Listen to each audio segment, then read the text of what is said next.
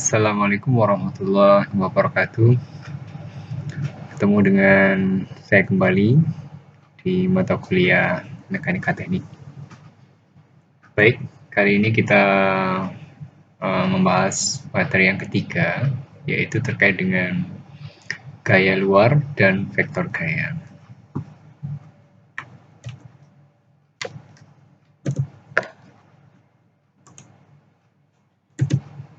Referensi yang saya gunakan masih tetap yang sama dengan materi-materi sebelumnya, yaitu dari Engineering Mechanics Statics, sekarang ini Taylor, edisi 12 tahun 2010. Sebelum saya lanjutkan, saya ingin mencoba mereview materi sebelumnya secara sekilas, bahwa sebetulnya apa yang sudah kita pelajari itu ada 3 topik. Oke. Jadi mohon direview kembali, diingat kembali. Yang pertama, kita berbicara tentang vektor dan operasi vektor. Jadi pada saat itu kita hanya bicara vektor A dan vektor B, kita mencari resultannya dengan cara parallelogram ataupun dengan cara segitiga. Parallelogram law or triangle rule or triangle law, gitu ya. Kemudian pembicaraan kita yang berikutnya, yang kedua adalah kita bicara gaya dan resultan gaya. Artinya yang sebelumnya kita hanya bicara tentang vektor A dan B, kemudian kita bicara menjadi gaya. Ada gaya F1, gaya F2, kita mencari resultannya, gitu ya. Dan cara yang sama pula, yaitu tetap menggunakan konsep parallelogram ataupun konsep segitiga. Nah, di materi yang kedua itu pun kita kembangkan kalau kita mencari resultan dari beberapa gaya, seperti pada gambar ini. Kalau Anda lihat, ya, di sini sudah kita bahas bahwa untuk menyelesaikan masalah ini, resultan total yang Anda cari nantinya itu diselesaikan dengan cara menyelesaikan setiap dua komponen gaya. Ya.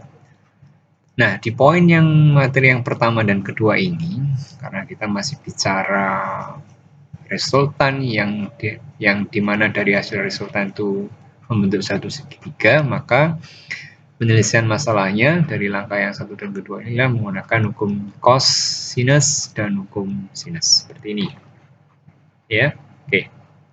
Kemudian di materi yang sebelumnya kita bergeser dari pembicaraan vektor kita secara umum, kemudian kita berbicara tentang gaya. Nah, sekarang kita di poin yang ketiga kita bicara tentang gaya koplanar, yaitu suatu gaya yang bekerjanya pada bidang yang sudah ditentukan oleh sumbu X dan sumbu Y, gitu ya. Tuh. Dan penyelesaian masalahnya pun sudah kita bahas, yaitu dengan teorema Pythagoras, ya. Jadi seperti ini, bahwa rumus FR sama dengan akar F kuadrat Rx tambah F kuadrat Ry itu merupakan formula dari teorema Pythagoras yang diturunkan dari hukum cosinus sebetulnya. Jadi sebetulnya hukum cosinus ini bertransformasi menjadi teorema Pythagoras. Kenapa bisa demikian? Karena sudut yang menghadap resultan ini, dan sudah kita bahas sebelumnya, adalah 90 derajat. Oke. Nah, itu resultannya. Sedangkan arahnya pun cukup menggunakan trigonometri, yaitu theta. Ini theta di sini adalah sudut antara arah resultan terhadap sumbu X, ini disebut dengan theta, itu arcus tangen, FRI dibagi X. Ya. Nah, materi sebelumnya itu adalah materi-materi yang terkait sistem gaya yang bekerja pada wilayah 2 dimensi. Ya, itu yang sebelumnya. Topik kita yang sekarang itu adalah terkait dengan bidang atau terkait dengan sistem gaya 3 dimensi, yaitu yang bekerja pada suatu ruang. Bisa dipahami ya, akulah kita yang hari ini. Nah, diagram alur atau flow dalam membahas nanti yang 3 dimensi pun kurang lebih sama dengan topik yang ada di PowerPoint yang sedang Anda lihat ini, yaitu kita bicara tentang vektor, kemudian gaya dan resultan gaya, dan juga yang ketiga nanti. tapi semuanya 3 dimensi. Ya, baik, akan saya lanjutkan. Jadi, sebetulnya apa yang kita bicarakan yang disebut dengan 3D problem tadi, yaitu kita bicara tentang Cartesian vector sebetulnya. Gitu ya. Jadi di sini kita mendapatkan satu sumbu baru, yaitu sumbu Z. Gitu ya. Nah, seperti yang Anda lihat di gambar ini, bahwa representasi di sini contohnya pakai right hand coordinate system. Kadang mungkin dulu juga pernah diajari left hand coordinate system. No matter itu, yang penting di sini Anda harus definisikan ketiga arah sumbu. Jadi sekarang kita punya arah X, Y, and Z, gitu ya. X, Y, Z. Anda tentukan. Oke. Nah, seperti yang sudah saya singgung sebelumnya, bahwa sekarang kita proses pembicaraannya adalah step per step, ada 3 step. Nah, step pertama kita bicara tentang vektor, seperti yang saat 2 dimensi, yaitu vektor A. Tapi vektor A ini sekarang bekerjanya dalam wilayah 3 dimensi. Coba Anda perhatikan.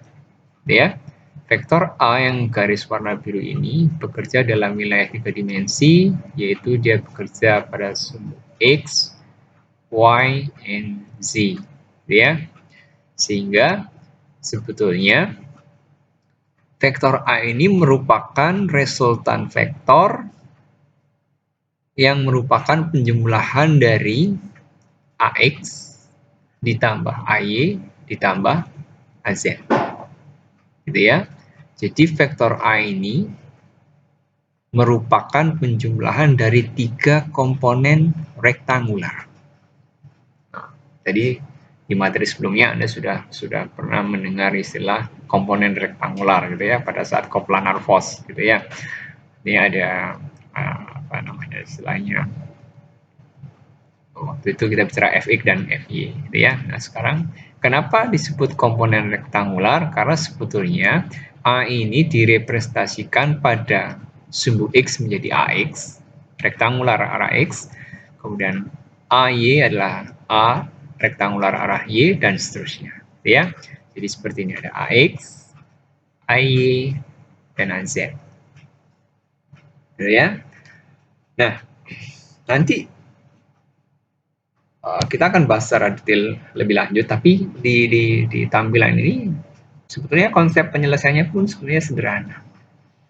Pernah kita singgung di materi sebelumnya ketika kita bicara tentang materi penjumlahan atau mencari resultan gaya dari beberapa komponen gaya. Waktu itu contohnya ada 3 buah gaya, maka waktu saat itu penyelesaian adalah selesaikan setiap 2 komponen gaya. Nah, kurang lebih mirip dengan itu. Kalau kita berbicara dalam wilayah 3 dimensi, sebetulnya cara penyelesaian yang paling mudah adalah bagaimana kita mengubah 3 dimensi tersebut, kasus 3 dimensi tersebut menjadi kasus 2 dimensi. Itu kuncinya sebetulnya. Seperti ini kita lihat. Nah, vektor A ini tadi sudah direpresentasikan menjadi AX, AY, dan AZ. Nah, bagaimana menyelesaikannya? Nah, coba Anda perhatikan di sini ada suatu vektor baru, gitu ya, garisnya dibuat putus-putus, yaitu vektor A aksen. Apa sebetulnya A aksen? Itu yang akan kita coba bahas sekilas. Oke, pada prinsipnya A aksen ini adalah suatu resultan vektor yang dibentuk oleh AX dan AY. Oke, bisa dipahami ya? Ya, oke. Walaupun nanti Anda boleh bahwa A aksen misalkan Anda bentuk antara AX dan AZ, misalkan ke sini. Ya, silakan. Atau Anda bentuk A aksen ini antara AZ dengan AY, berarti kira-kira di sini, straight. Ya, terserah yang mana. Ini sebenarnya contohnya di sini adalah A aksen dibentuk antara AX dan AY. Nah, di mana posisi tadi perubahan dari 3 dimensi menjadi 2 dimensi? Sebetulnya ya di sini nih. Ya, sebetulnya A aksen ini adalah suatu vektor yang bekerja pada suatu sumbu yang baru sebetulnya ini. Kalau Anda perhatikan, saya tarik pelan-pelan kursor ini, straight terus. Sebetulnya ini sumbu yang baru. Katakanlah sebut dengan sumbu A aksen. Oke, Sehingga AX sudah bisa Anda abaikan, AY sudah Anda bisa abaikan, sehingga pada vektor A yang bekerja pada wilayah 3 dimensi ini tinggal menyisakan sumbu Z dengan sumbu A aksen. Sudah menjadi 2 dimensi kan? Baik, nah itu filosofinya, dan itu direpresentasikan dalam rumus yang ada di bawah ini. Kita lihat yang bawah dulu. A aksen sama dengan AX plus AY. Oke, tadi sudah kita bahas. A aksen dibentuk antara AX dan AY. Sehingga A gitu ya, merupakan penjumlahan vektor A aksen ditambah A Z. Coba Anda perhatikan. Berarti di sini ada dua penerapan konsep paralelogram sebetulnya. Paralelogram yang pertama adalah ini, ketika Anda membentuk vektor A aksen dari AX dan AY. Dan paralelogram yang kedua adalah ketika kita menghasilkan vektor A, ini yang warna biru, yang dihasilkan dari vektor A aksen dengan vektor AZ. Oke, bisa dipahami ya? Oke, salah itu konsep itu tolong dipegang dengan baik. Nah, kalau dalam bentuk faktor kartesian itu direpresentasikan bahwa vektor A ini tercetak tebal sama dengan AXI plus AYJ plus AZK.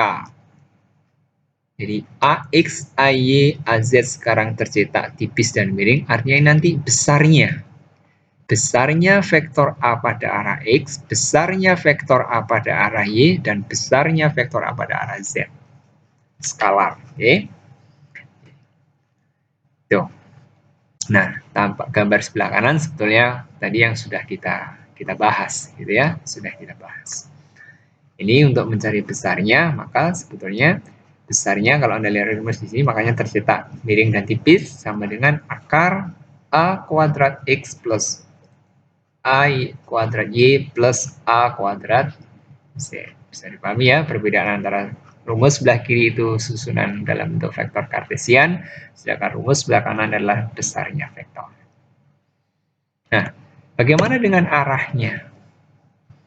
Kalau di sistem gaya 2 dimensi, kita cukup menggunakan satu arah ya. Contohnya pada waktu itu adalah theta. Nah, pada vektor kartesian yang bekerja pada wilayah 3 dimensi, maka arahnya ada 3, yaitu alfa, beta, dan gamma. Alfa merupakan arah vektor A ini terhadap sumbu X. Beta adalah arah vektor A terhadap sumbu Y, dan gamma adalah arah vektor A terhadap sumbu Z. Sekarang kita coba akan bahas bagaimana mencarinya. Oke. Anda perhatikan bahwa ada 3 gambar ini. Gambar kotak begini, balok vertikal ini ya. Jadi ini menggambarkan sudut ya. Jadi konsepnya sederhana seperti yang tadi sudah kita singgung di awal. Oke. Sebelum kita membahas rumus di atas ya, coba kita cek dulu dari gambar yang sebelah kiri. Baik, kita membahas alfa. Oke. Ya, Anda bisa bayangkan berdiri di sini gitu ya. Anda berdiri di sini, ini koordinat 0,0,0,0, bahwa A itu adalah diagonal ya menuju pojok yang seberang. Itu vektor A. Nah, AX adalah A pada sumbu X. Nih. Ya. Sehingga kalau ditemukan ujung daripada AX dan ujung daripada vektor A ini akhirnya pada akhirnya membentuk sebuah segitiga. Oke, segitiga. Segitiga dengan sisi tegak lurusnya adalah di area ini. Oh maaf, di area ini. Ini sisi tegak lurusnya. Sehingga akhirnya muncul persamaan bahwa hubungan antara AX dan A itu adalah cos alfa.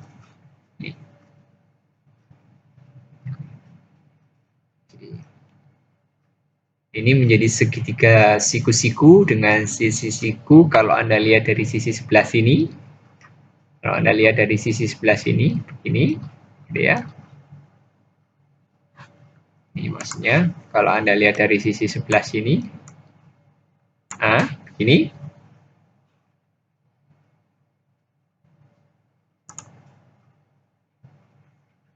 Itu sisi tegak lurusnya ada di sisi ini.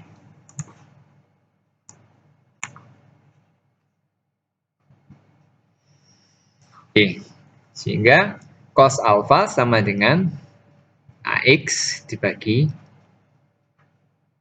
karena sisi miringnya tetap ini. Jadi antara garis ini, Anda perhatikan, dengan AX adalah tegak lurus. Oke. Kemudian kita bicara beta sekarang. Nah, beta itu adalah arah sudut A terhadap sumbu Y. Ini kan ya, ini sumbu Y. Nah, misalkan Anda berdiri di sini kembali bahwa tadi A adalah diagonal ke arah yang berseberangan, gitu ya. Maka warna biru ini adalah juga merupakan segitiga, seperti yang di sebelah ini tadi. Segitiga, ya, dengan sisi tegak lurus terletak di sehingga hubungan beta pun adalah AY dibagi dengan A.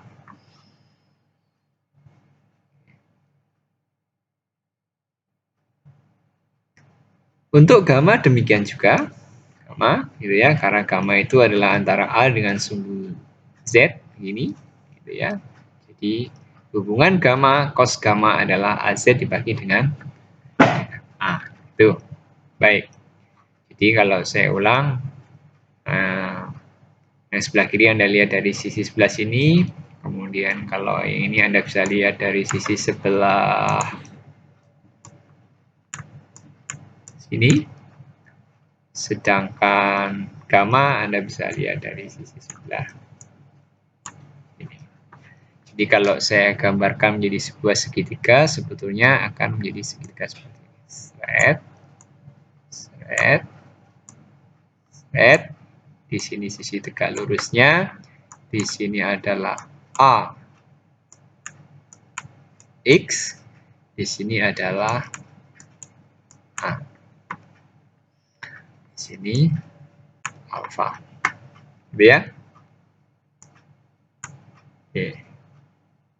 Sedangkan yang di sini segitiganya pun juga sama, semua gambar segitiganya adalah seperti ini. Ini sisi tegak lurus, di sini adalah A Y, di sini A, di sini adalah beta. Sedangkan yang di sini ini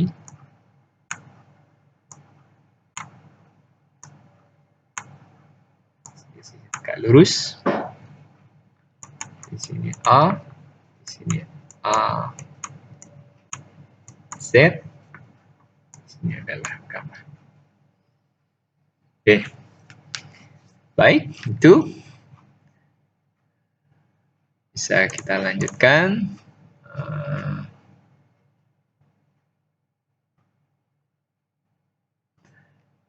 Cara lain, cara mudah untuk menentukan arah kosinus, itu ya. Itu Anda bisa membuat unit vektor UA pada arah A, ya. Jadi UA ini seperti ini. Anda harus ingat kembali bahwa A merupakan vektor kartesian, yaitu AX I plus AYJ plus AZK. Sedangkan unit vektor A adalah hasil pembagian vektor A dengan besarnya vektor A. Jika diuraikan, vektor A tadi ini sama dengan AX I ya dibagi A ditambah AY J dibagi A ditambah AZK dibagi A. Ya. Nah, sehingga besarnya A adalah akar A kuadrat X tambah AY kuadrat Y ditambah A kuadrat Z. Ya, kalau dikembalikan ke persamaan cos alfa sama dengan AX per A, cos beta AY per A, cos gamma AZ per A, ke dalam persamaan ini, maka sebetulnya unit vektor A atau UA sama dengan cos alfa I plus cos beta J plus cos gamma K. Oke. Baik, kita lanjutkan. Anda juga, saya yakin masih ingat bahwa hubungan cos kuadrat alfa ditambah cos kuadrat beta plus cos kuadrat gamma sama dengan 1. Sehingga jika besar dan koordinat A sudah diketahui, maka dalam bentuk Cartesian vektor, ya, vektor A sama dengan besarnya A dikali unit vektor A, ya, yaitu kalau diuraikan sama dengan besarnya vektor A cos alfa I ditambah besarnya vektor A cos beta J ditambah besarnya vektor A cos gamma K. Akhirnya ketemu lagi bahwa A vektor sama dengan AXI plus AYJ plus AZK. Itu ya. Jadi saya pikir Anda harus cepat memahami karena pada prinsipnya ya, bagaimana menyelesaikan masalah 3 dimensi itu dengan cara pendekatan 2 dimensi, ya. Baik. Cara lain. Nah, ini kalau Anda tidak mau pakai Cartesian, tapi Anda yang suka sering bermain dengan sudut, gitu ya. Oke. Cara lain adalah bahwa arah vektor A itu bisa cukup dengan menggunakan 2 sudut. Artinya tidak perlu alfa, beta, gamma, gitu ya. Kita cukup menggunakan sudut theta dan pi di sini. Mana theta? Theta adalah ini, ya. Sudut antara AX dengan A aksen. Pi adalah antara A dengan AZ. Oke, jadi coba Anda perhatikan di gambar ini ada yang dikasih warna biru muda dan dikasih warna grey, gitu ya, abu-abu. Coba kita perhatikan komponen A. Gunakan prinsip trigonometri. Kita cek segitiga warna biru. Ya, bahwa AZ sama dengan A cos Pi. AZ sama dengan A cos Pi, gitu ya. Sedangkan A aksen adalah A sin Pi, karena A aksen pada prinsipnya itu berada di hadapan sudut Pi, ya kan? Jadi kalau saya tulis Pi sebetulnya ini juga Pi, ya kan? Di sini juga sama dengan Pi. Jadi A aksen sama dengan A sin Pi. Oke, dari sini bisa dipahami? Oke, next. Gitu ya. Coba kita sekarang next.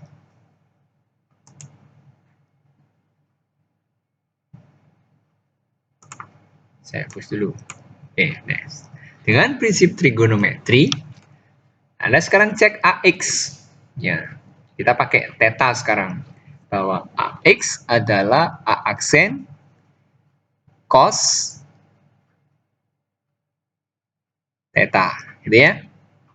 Sedangkan AY ini adalah A aksen sin theta. Oke? Paham? Nah, sekarang dari mana yang sisi sebelah kanan ini? Ya, Anda harus ingat bahwa tadi di yang slide sebelumnya, ya, di slide sebelumnya, A aksen adalah A sin Pi. Anda masukkan sekarang. Berarti AX sama dengan A aksen cos theta sama dengan A sin Pi kali cos theta. Demikian juga dengan AY sama dengan A aksen sin theta sama dengan A sin Pi sin theta. Gitu ya. Hati-hati. Saya tidak perlu membahas lagi A aksen dari mana, itu sama. Jadi A aksen adalah antara AX dan AY, tadi sudah kita bahas. Sehingga bentuk vektor kartesian dari A menjadi A sama dengan AX, ya kan, plus AY plus AZ, di mana AX sama dengan A sin Pi cos theta I, AY sama dengan A sin Pi sin theta J, dan AZ adalah ini A cos Pi. A cos Pi. Oke, saya pikir mudah sekali untuk dipahami, gitu ya. Oke. Sekarang, nah itu tadi baru satu vektor, gitu ya. Nah, sekarang kalau kita mau mencari resultan vektor atau kita mau menjumlahkan vektor. Jadi contohnya vektor A dan vektor B, kita mau mencari resultannya. Di mana baik A dan B bekerja dalam wilayah 3 dimensi, gitu ya, atau ruang. Bayangkan, Anda bisa pahami kalau Anda lihat gambar ini bahwa baik A dan B nanti masing-masing punya arah, ada AX, juga ada BX, pada arah Y juga ada AY dan juga ada BY, pada arah Z itu juga ada AZ dan ada BZ. Dari sini nampak sekali sebetulnya kita diminta apa? Kita diminta menguraikan masing-masing komponen vektor A dan vektor B ini ke dalam komponen AX, AY, AZ, BX, BY, dan BZ. Nah, ini seperti ini. Bahwa A adalah AXI plus AYJ plus AZK, demikian juga dengan B, BXI plus BYJ, dan BZK. Sehingga R resultan merupakan penjumlahan skalar dari komponen I, komponen J, dan komponen K. Kenapa bisa menjadi skalar? Sebelumnya Anda harus kumpulkan dulu bahwa komponen I harus dikumpulkan dengan komponen I, ini antara AX dan BX. Komponen Y juga Anda komponen J Anda kumpulkan dengan komponen J, jadi AY dan BY. Demikian juga dengan komponen K dari A Anda kumpulkan dengan komponen K dari B. Baru ini Anda baru bisa jumlahkan secara skalar. Baik. Nah, kalau dibawa ke wilayah gaya, gitu ya. Jadi A dan B kita transformasi menjadi katakanlah gaya F1 dan F2, maka juga ada menjadi F1X, F2X, ya, ada F1, F2X, ada F1Y, ada F2Y, dan ada F1Z dan F2Z.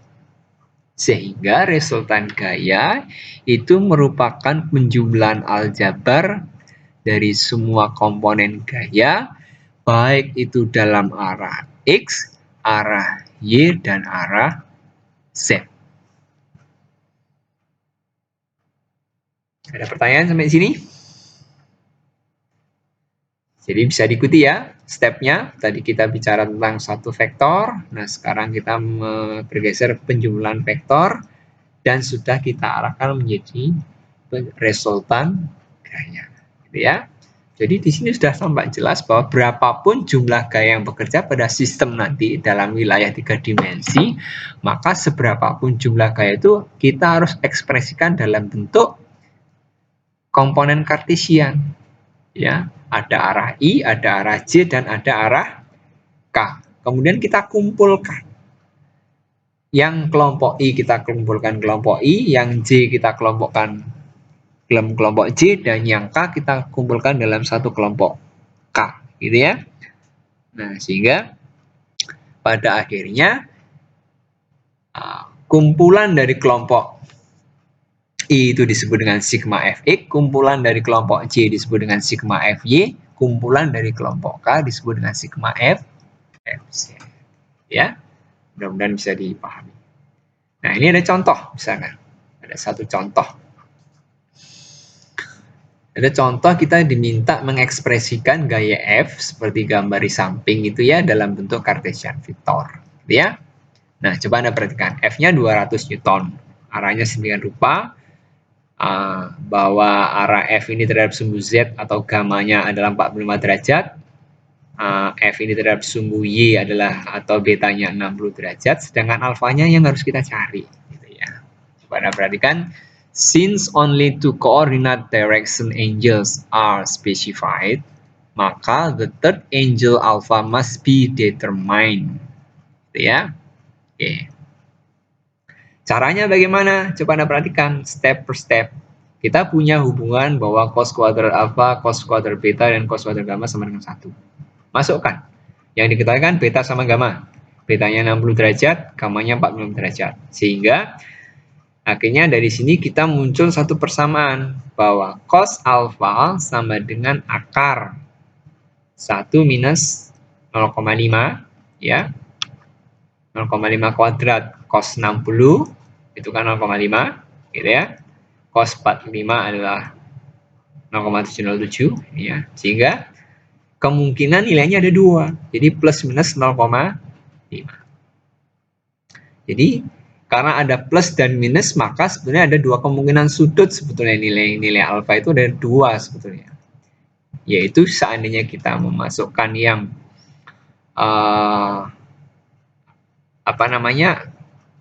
arkes cos 0,5 ketemu 60 derajat atau arkes cos minus 0,5 yaitu ketemu 120 derajat. Nah, sekarang mana yang mungkin? Apakah 60 atau 120 kan begitu ya? Nah, jadi Anda bisa bayangkan kalau seperti ini gitu ya. Sebetulnya dia menuju ke arah misalkan kalau ini diorekkan ke arah sumbu X atau Fx gitu ya, seperti ini. Ini kira-kira menuju ke arah X positif atau X negatif. X positif kan di sini Fx. Nah, artinya bahwa sebenarnya ini lebih condong miring ke arah kita. Makanya tidak mungkin alfa itu 120. Kalau 120 maka sebetulnya Fx itu menuju ke arah X yang negatif. Gitu ya. Makanya di sini ketemu alfa sama dengan 60 gitu. Nah, oleh sebab itu di sini Fx tadi sudah kita bahas must be in the X plus direction gitu ya. Sumbu X positif. Kemudian karena kita punya persamaan bahwa ini seperti ini, kita punya persamaan tadi, saya kembali. Nah, ini bahwa vektor A sama dengan besarnya vektor A dikalikan dengan unit vektor A. Nah, ini rumus ini kita aplikasikan gitu ya.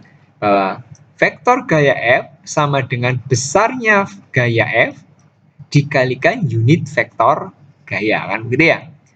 Ya, berarti F dikalikan dengan cos alfa I ditambah F dikalikan cos beta J ditambah F cos gamma K. F-nya berapa besarnya? 200 sudah diketahui. Jadi 200 cos 60 Newton I ditambah 200 cos 60 Newton J ditambah 200 cos 45 Newton K. Ya, ada hitung, ketemulah maka bahwa F 200 Newton ini kalau ditulis dalam bentuk Cartesian vektor menjadi 100 I ditambah 100 J ditambah 141,4 K Newton. Kalau mau dibalik silahkan tinggal mencari besarnya apakah benar-benar nilainya 200, silahkan dibuktikan akar 100 kuadrat ditambah 100 kuadrat ditambah 141,4 kuadrat. Hasilnya akan ketemu 200. Oke. Nah, contoh yang kedua, di sini ada 2 gaya yang bekerja pada suatu sistem 3 dimensi, gitu ya. Diketahui dalam informasi vektor Cartesian, F1 sama dengan 60J plus 80K pound, F2-nya sama dengan 50I minus 100J plus 100K pound. Kita diminta menentukan resultan gaya, gitu ya, dan sudut arahnya. Langsung saja, kita sudah bahas bahwa resultan gaya berarti merupakan penjumlahan dari semua komponen gaya, dalam hal ini adalah F1 tambah F2. Anda masukkan saja F1 60J plus 8K ditambah F2-nya 50I min 100J plus 100K gitu ya. Sehingga I kalau kumpulkan dengan I, J dengan J, K dengan K. Anda bisa lihat bahwa I tetap 50, J adalah 60 minus 100 menjadi minus 40, sedangkan K-nya adalah plus 80 ditambah 100, maka 180 pound. Jadi resultan gayanya dalam bentuk vektor adalah 50I min 40J plus 180K. Paham ya? Nah, berapa besarnya resultan gaya? Tinggal Anda akar. Ketemulah 191 pound. Nah, arahnya bagaimana? Ya, bahwa tadi sudah Anda harus ingat kembali bahwa hubungan antara besarnya vektor gaya, besarnya gaya dengan vektor gaya adalah unit vektor. Ya, ini unit daripada resultan gaya itu ya sama dengan vektor resultan vektor gaya dibagi dengan besarnya resultan gaya. Ya. Maka Anda tulis 50I dibagi 191 minus 40J dibagi 191 ditambah 180K dibagi 191. Oke, ketemulah sedemikian rupa. 0,2617I minus 0,2094J plus 0,9422K. Berapa arah? Bagaimana arahnya? Ya, kita tinggal selesaikan. Bahwa Anda harus ingat bahwa cos alfa adalah apa tadi? AX dibagi A. Kalau rumusnya berarti di sini adalah F X dibagi dengan ini. Sebenarnya diperoleh dari sini. Ya, 50 dibagi dengan 191 ini.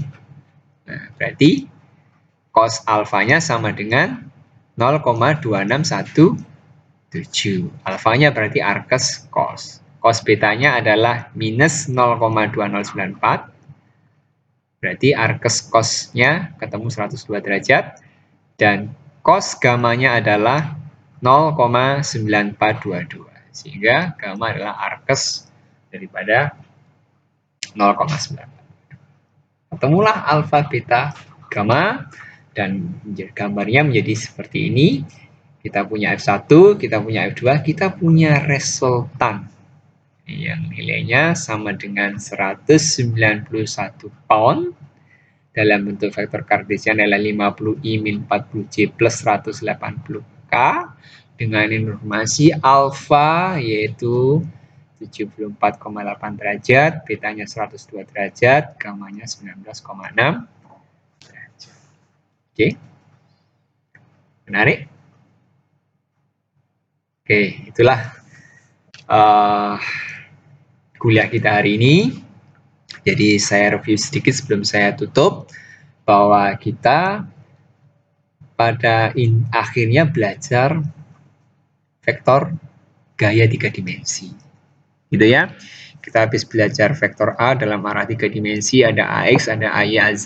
Kita punya arahnya alfa, beta, gamma. Kemudian kita juga bisa mencari resultan antara A dan B, gitu ya. Yang pada prinsipnya adalah kumpulkan komponen I, jadi ada AX dan BXI tadi ya, ada AY dan BYJ, dan ada AZ dan BZK, gitu ya. Kemudian kita geser menjadi gaya. Kita akan menjumlahkan atau kita mencari resultan gaya dari beberapa komponen gaya. Otomatis juga seperti itu. Kumpulkan komponen gaya arah I, kumpulkan komponen gaya arah Y, dan kumpulkan gaya arah K. Baik, itu materi kita hari ini. Mudah-mudahan bermanfaat. Insya Allah kalau ada sesuatu yang masih belum jelas, silakan ditanyakan pada sesi tanya jawab. Demikian, Assalamualaikum warahmatullahi wabarakatuh.